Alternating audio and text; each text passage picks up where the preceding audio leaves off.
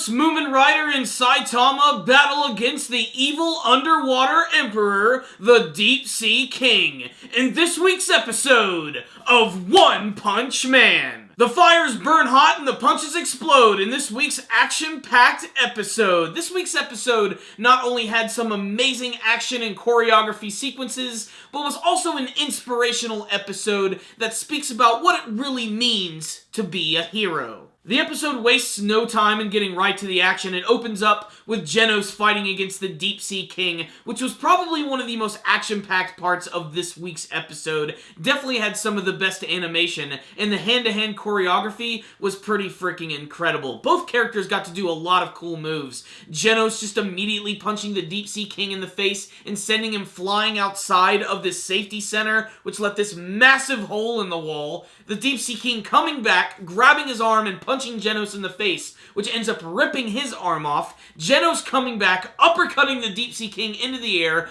blasting him with his flamethrower, and then drop kicking him right in the jaw. This was pretty freaking manly. Unfortunately, Genos' cyborg body could not keep up with the power of the Deep Sea King, and also the Deep Sea King fights dirty. There's this one little girl who's running away with her mother, and she starts to cheer on Genos, so the Deep Sea King literally hawks a loogie at her, which apparently is acid, and Genos jumps in the way and takes the blow, and it literally starts to destroy his body until he's basically just an armless android skeleton. This is pretty much the end for Genos. He is officially the mayor of Strugglesville.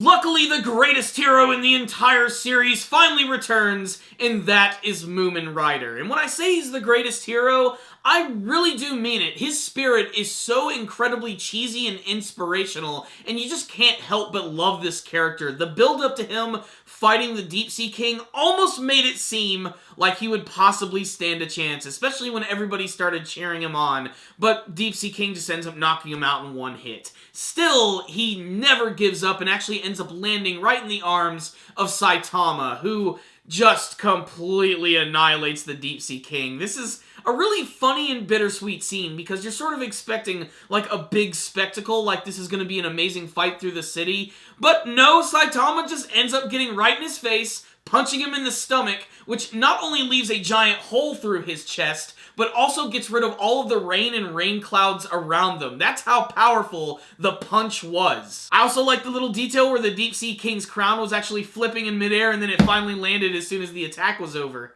I thought there was going to be a little bit more to this battle, especially when the Deep Sea King actually punches Saitama in the head, and he actually has this, bobblehead motion, almost as if he actually was sort of knocked around a little bit, but Saitama really felt no pain from this whatsoever. So the Deep Sea King is deader than shit. Now, this would have been an amazingly triumphant scene for Saitama, because he finally just saved everyone from this big monster. There's all these people around to recognize how awesome he is. But that's where the second part of the episode comes into play. We flash forward a little bit, and we see that Saitama and Genos are getting some fan mail from some of their friends, and some people do not like Saitama. They still think that basically he's a fraud, and that's because when they were there was this one douchebag in the crowd who was saying that all of the other heroes were basically just warming him up so that this guy could come in at the last second and take all of the glory. And then Saitama himself goes along with this as well, and sort of admits that that's what he's doing. He's not really doing that at all. He's not really looking for any of the credit. He's still just continuing to try and save people and to try and find a worthy opponent for himself. It really paints the character in a very interesting light, and he's come a long way from just wanting to be a guy with fan mail. He even gets one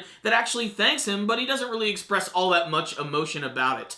Saitama, for showing no emotions, is surprisingly complex. He also finally graduates to the level of B class, so he's finally moving on up, and I guess that means Mumen Rider is back to the number 1 in the C class. And he should, because his heroics are inspirational. Even though the Deep Sea King has been defeated, there is still evil on the horizon. Make sure to check out the post-credit scene, and you'll get a preview to what is going to be coming next. There's this old fortune teller lady who says something evil is approaching. Who knows what that's going to be? We're just going to have to wait and see next week. So what's the rundown on this week's episode of One Punch Man? Another incredible action episode, which played on the strengths of all of the different characters. Even though Saitama always manages to finish off his enemies in one punch, it's always really flashy and really awesome looking, and the rest of the episode is still at least dominated by Genos fighting against the Deep Sea King, which is the real reason to check out this week's episode. Their fighting choreography looks so incredibly intense.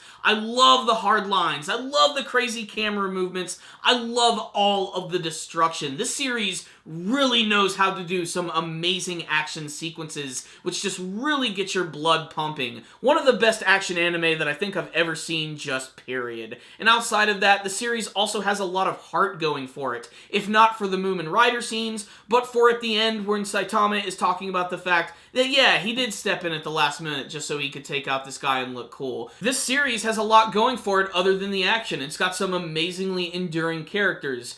But at the end of the day, let's admit it, the action in this series, the character designs, and the monsters are all just so awesome, and they're doing just such a fantastic job with this adaptation. I cannot wait to see what they're going to do with the rest couple of episodes, and I pray that it follows the manga version, because I'd like to see more of this continuing in the future with just some later seasons. This way I can experience it in anime form, and when it's done, I can check out the manga. At this point in time, One Punch Man is going on to become one hell of an action anime phenomenon, and one that I think is going to be popular all over the world. It has an extreme wide appeal going for it, and you can definitely see why in this week's episode. It was just an action fest, which must be seen. This was a fantastic episode. Go watch it right now, and then when you're done, watch it again. This is a 5 out of 5 from me. This was a great conclusion to the Deep Sea King arc, and we're still not done. It's only going to get more catastrophic from here. If you did watch this week's episode of One Punch Man, make sure to tell me what you thought about it in the comment section